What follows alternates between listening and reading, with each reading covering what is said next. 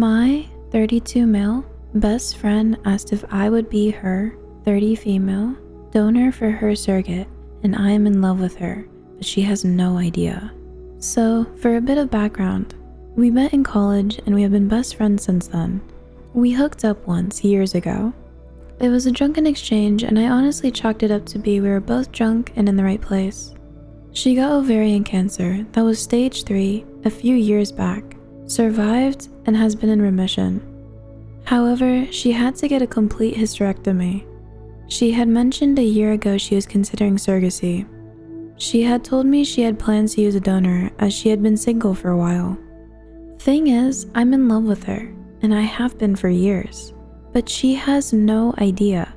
I know at one point she had feelings for me, but I was seeing someone then, and out of respect for my girlfriend at the time, she never acted on it. I feel like before I give her an answer, which will be yes, I should tell her how I feel. I want to make her dream of motherhood come true, and I am honestly touched she thinks so highly of me that she wants me to be the father. Regardless of how she feels, I will still donate, and if she still doesn't feel the same way, I will love her as my best friend. Guess I'm trying to find the best way to ask her, and came here for advice. So how should I handle this? Update. Anyway, the consensus with my IRL friends was I needed to tell her. We do brunch on Saturdays because she does yoga on Sundays, so we met up this morning. I could barely eat, and she could tell something was up. She got worried thinking I was going to say no or something worse. So we took a walk, and both of us were nervous wrecks. I sat her down and I told her everything. How I realized I was in love with her several years back, but was too much of a chicken to come clean. I told her that I never said anything because I didn't want to jeopardize our friendship. Her face turned white. Then a myriad of expressions came over her face. Then she started laughing till tears came down her face. I was honestly stunned. My stomach was in my throat, and I honestly thought that almost 12 years of friendship were down the toilet. Then she started crying, sobbing really, and she lightly hit my chest. She half laughed and sobbed that she was in love with me too, but she thought that it would also impede the friendship that we had, and she wanted nothing to screw up what we have.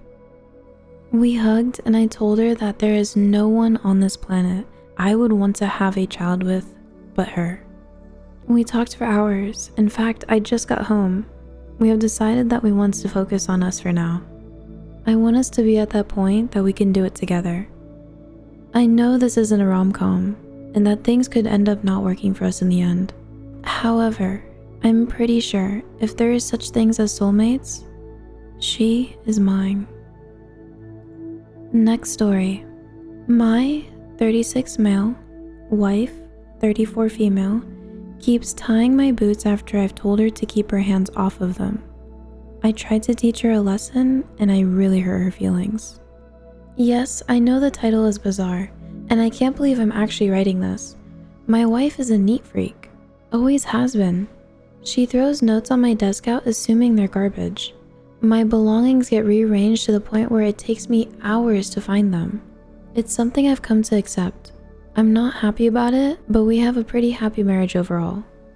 I am a volunteer EMT, emergency medical technician, and I keep my boots unlaced against the wall next to my clothes hampers so that I can throw them on, along with my uniform if a call comes in during the middle of the night. Well, my wife has taken to tying my boot laces when she sees them untied. Not only does she tie them, but she tightens them and double knots them to the point where I need to undo the knot, open up the boots, and let a little slack out to fit my feet into them.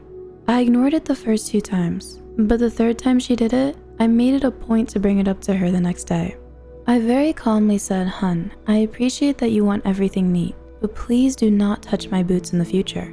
Time is of the essence when I'm going on a call, and at 2 in the morning, I don't have time to unlace and open them up. It's not just a minor inconvenience, it's people's lives, so I would appreciate it if you left them alone."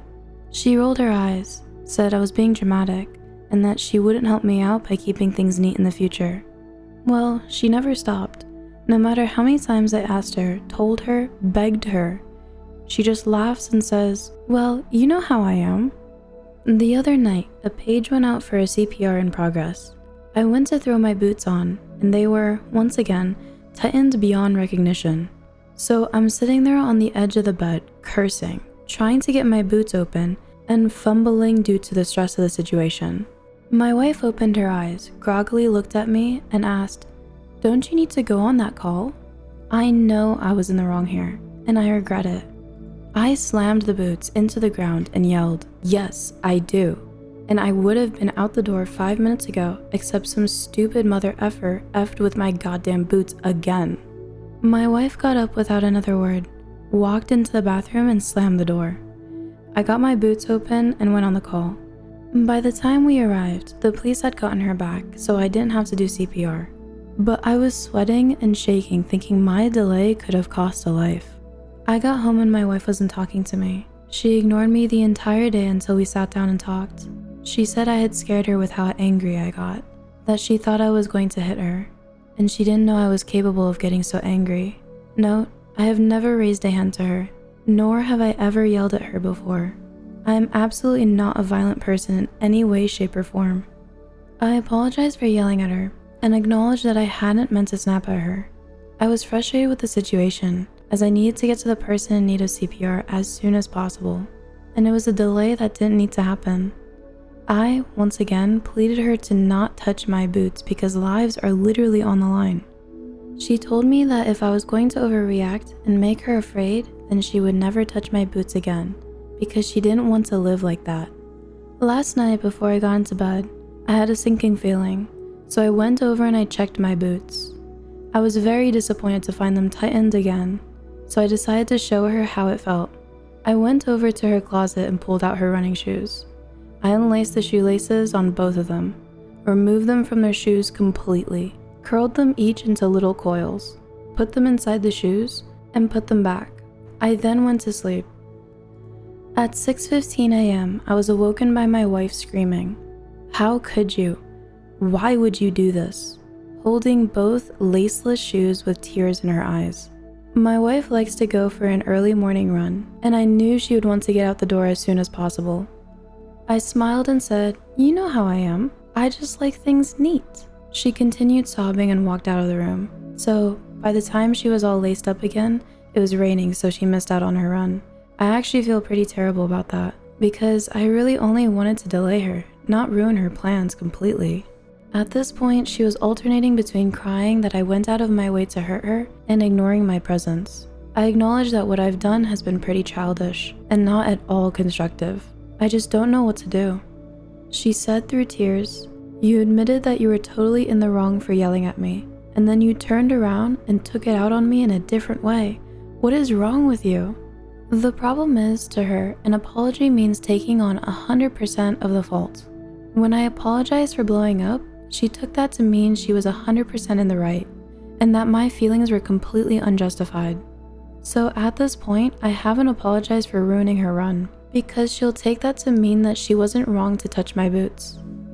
I've tried to have these discussions, but it goes in one ear and out the other. We have such a good relationship otherwise, but I feel like this issue has reached a tipping point, and it's going to continue to result in arguments until we resolve it. How do I make things right with my wife while still letting her know that I won't tolerate her disrespecting my property anymore? Update. My wife and I started talking again. We had a very serious conversation, and I did apologize for what I did to her running shoes. And then I told her I had to speak some truth, and I wanted her to promise me that she wasn't going to roll her eyes, interrupt me, scoff, or get sarcastic with me, which she did. I told her that I was not kidding about my boots, that while most of the time I caught geriatric transports, falls, and nausea, there were instances where my response time was of the essence, and I didn't have time to play around with my boots in the middle of the night. I told her that there have been times when my intervention has been critical in saving a life, when my training has helped me recognize an underlying emergency, or when a call I made ensured that a patient was prioritized upon arrival at the hospital. I explained that a lot of stuff I see, I don't want to tell her about because I don't want to give her nightmares or make her worry about me. She actually listened and didn't dismiss what I had to say. She responded that she was trying to help by keeping things neat. I responded, "But you're not, sweetie. I'm not trying to be mean, but you're not helping. You're hindering me. One day, it may be the difference between life and death. I need you to not touch my gear. It's where I know where it is. It's where I can easily find it in a short amount of time. And if you move it, you are impeding my emergency response. I don't care if it looks neat. It serves a function. It doesn't look pretty. If you want to help me, please leave my gear where I put it. A few nights later, I had my friend, Officer Rich, come over. Officer Rich was one of the 2 cops that did CPR on the victim that night. The 3 of us sat on our deck and had a few beers. He talked about getting there, doing CPR, giving Narcan, waiting for the ambulance, and getting her shortly back before we got there. He then pulled out a few photos of car accidents that I had worked. He showed them to my wife and pointed out, "This car went into a tree. Your husband crawled into the wreck, put a collar on the driver, and stayed in there giving him oxygen until we could get him out. Your husband pulled a 3-year-old out of this wreck. Your husband recognized that the driver had a stroke and took her to the stroke center, which likely saved her life." After that, I told her I had something I want to show her, and I asked her for the same promise I asked earlier. When she agreed, I showed her a video on YouTube of a police body cam from an overdose. This video showed how critical it is in getting someone back, and the training someone goes through in order to give the drug, do CPR, and utilize an AED. I told her, "I'm not trying to attack you. I don't want to have a fight, and I want you to understand what I go through. That I hope every call I go on is transporting a boo-boo, because otherwise it means if I don't do everything right, someone could die. If I don't get out that door as quickly as possible, someone could suffer brain damage while waiting for me to give them oxygen. If I'm upset and shaking because I had to waste time opening my boots, I might miss something critical, and someone might not make it." She acknowledged that she understood, and she told me she hadn't really thought about the danger of what I do until the other night when she saw the photos of the wrecks. I told her that I think she has OCD and needs to see a therapist because it's hurting our marriage. I listed examples of her throwing important things out, moving things without permission, and messing with my gear. I offered to go together and said I'd be willing to work on things together. After I pointed out the pattern, she agreed it was time to speak to someone. She wants to think about whether she wants to go together or go by herself, but she has promised that she is going to try to change her patterns. I brought up her saying that she thought I was going to hit her, and she acknowledged that she's been with guys who flew off the handle with a little provocation and scared her. That she's never seen me get that angry, and it triggers her because she didn't think I was capable of blowing up like that. She's been very emotional lately and has been going through mood swings. She's been worried about me going out on calls. The other day she started crying and said, "I hope you know how much I appreciate what you do. Knock on wood, since we had the big talk, she hasn't touched my boots." Is everything resolved? Not by a long shot. But she seems to have a new appreciation for what I do. I recognize in the original story, I cherry-picked incidents that didn't put her in the best light. And there's a lot more to her and our marriage than that. She is the person I chose for the rest of my life, and I want us to work.